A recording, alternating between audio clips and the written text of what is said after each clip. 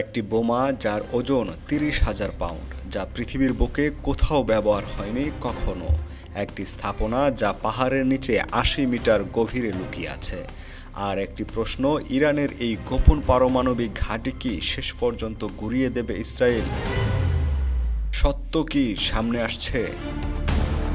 ইরানের ফর্দো পারমাণবিক কেন্দ্র এক রহস্যময় ঘাঁটি, যা পাহাড়ের অনেক গভীরে তোলা হয়েছে, যেন বাইরের পৃথিবী থেকে একেবারে অদৃশ্য। ইসরায়েল বহুদিন ধরেই বলছে এই কেন্দ্র তাদের অস্তিত্বের জন্য হুমকি, আর তাই ফর্দো এখন যেন যুদ্ধের কেন্দ্র।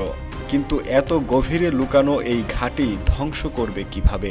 এই প্রশ্নের উত্তর একটি, GBU-57AB ম্যাসিভ অর্ডিন্যান্স পেনিট্রেটর, যা বিশ্বের সবচেয়ে ভয়ঙ্কর বাংকার ব্লাস্টার বোমা।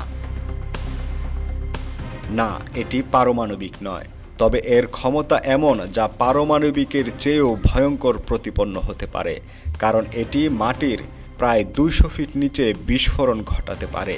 কিন্তু চমক এখানেই, এই বোমা বহন করতে পারে কেবল যুক্তরাষ্ট্রের B-2 স্টিলথ বোমার, এবং এখন পর্যন্ত মার্কিন যুক্তরাষ্ট্রের ইসরায়েলকে এই বোমা ব্যবহারের অনুমতি দেয়নি।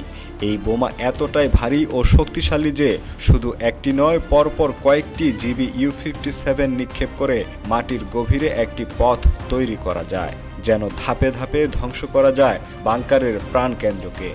তবে ইসরায়েল কি নিজে এই অভিযান চালাতে পারবে? বিশ্লেষকরা বলছেন না। এই বোমার সংখ্যা যুক্তরাষ্ট্রের কাছেই সীমিত, সর্বোচ্চ 10 থেকে 20টি। আর ফর্দোর মতো একটি স্থাপনায় সফলভাবে হামলা করতে প্রয়োজন B-2 F-22 জেট এবং ড্রোনের যৌথ অভিযান, যেখানে ইরানের শক্তিশালী আকাশ প্রতিরক্ষা ব্যবস্থা একটি বড় চ্যালেঞ্জ। এখন প্রশ্ন একটাই, যুক্তরাষ্ট্র কি সরাসরি এই যুদ্ধে জড়াবে? প্রেসিডেন্ট ট্রাম্প এই বিষয়ে এখনও মুখ খোলেননি। কানাডার G7 সম্মেলনে প্রশ্ন করা হলে তিনি শুধু বলেন, আমি এখন সে বিষয়ে কিছুই বলতে চাই না। ইসরায়েলের পক্ষ থেকে অবশ্য স্পষ্ট বলা হয়েছে এই অভিযানের মূল লক্ষ্য ফর্দোকে নিশ্চিহ্ন করা। কিন্তু এটি কি শুধুই হুমকি, নাকি সত্যিই সামনে আসবে এমন এক হামলা যা মধ্যপ্রাচ্যের মানচিত্র বদলে দেবে? ইরান বারবার বলে আসছে তাদের কর্মসূচি সম্পূর্ণ শান্তিপূর্ণ, তবে আন্তর্জাতিক পর্যবেক্ষকরা বলছেন সবচেয়ে গভীর যে ঘাঁটি ফর্দো, সেখানেই মিলছে 83.7% সমৃদ্ধ ইউরেনিয়ামের উপস্থিতি, যা পারমাণবিক বোমা তৈরির একেবারে দোরগোড়ায়। এখন সিদ্ধান্ত যুক্তরাষ্ট্রের, তারা কি ইসরায়েলের হাতে তুলে দেবে পৃথিবীর সবচেয়ে বিধ্বংসী নন নিউক্লিয়ার বোমাটি? এই প্রশ্নের উত্তরই হয়তো ঠিক করবে বিশ্বের আরেকটি যুদ্ধ শুরু হবে কিনা।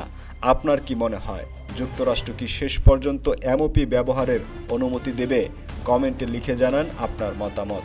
ভিডিওটি ভালো লাগলে লাইক, সাবস্ক্রাইব এবং শেয়ার করতে ভুলবেন না।